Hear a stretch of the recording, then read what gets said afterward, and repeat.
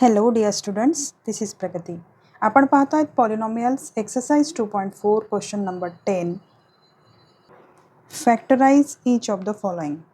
Question number 1 पाहूया. 27y cube हा कशाचा क्यूब आहे? तर हा आपला आहे 3y द होल क्यूब आणि आपल्याला 125zचा क्यूब हा आपल्याला 5zचा क्यूब मिळतो आहे. क्वेश्चन नंबर 9 मध्ये आपण व्हेरीफाय एक क्वेश्चन केला होता. ती आयडेंटिटी आपण लिहून घेऊया. X cube plus y cube हे इक्वल टू मिळते आपल्याला एक्स प्लस वाय आणि x square minus x into y plus y square याच्या इक्वल. 3y आपला एक्स आहे आणि 5z आपला वाय आहे.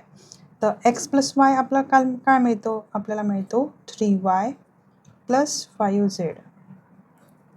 एक्स स्क्वेअर म्हणजे एक बिगर ब्रॅकेट करूया आपण. एक्स स्क्वेअर म्हणजे 3y the whole square minus x into 3y into 5z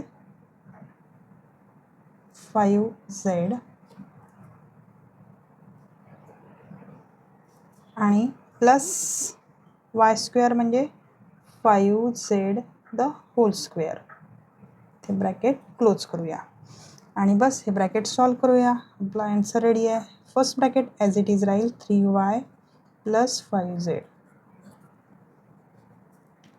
आणि 3yचा स्क्वेअर हे झालं 9yचा स्क्वेअर.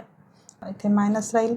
5 3 जा 15y इंटू z आणि प्लस 25zचा स्क्वेअर ब्रॅकेट क्लोज. हे आपल्याला फर्स्टचा आन्सर मिळत आहे. आता सेकंड पाहूया. सेकंडमध्ये मुलांनो 64 कशाचा क्यूब आहे? 64 हा 4चा क्यूब आहे. 4m द होल क्यूब होणार आणि 343 हा कशाचा क्यूब येणार? हा 7चा क्यूब होणार. 7n the whole cube. आता x cube minus y cube same question number 9 वाली प्रॉपर्टी आपण रन करणार आहोत. X cube minus y cube काय मिळतं आपल्याला? X minus y x square plus x into y plus वायचा स्क्वेअर. बस आता आपण व्हॅल्यू पुटअप करूया. हा 4m आपला एक्स आहे आणि 7n आपला वाय आहे. चला स्टार्ट करूया. 4m मायनस 7n हा फर्स्ट ब्रॅकेट झाला.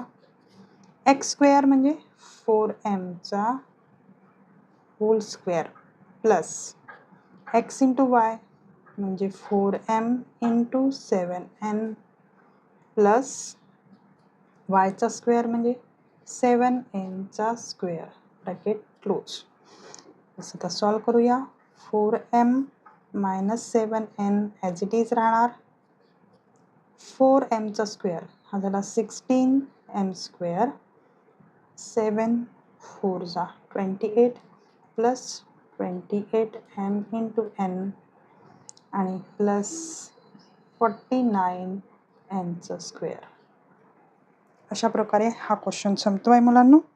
If you understand well then please type yes in the comment. Thank you for watching.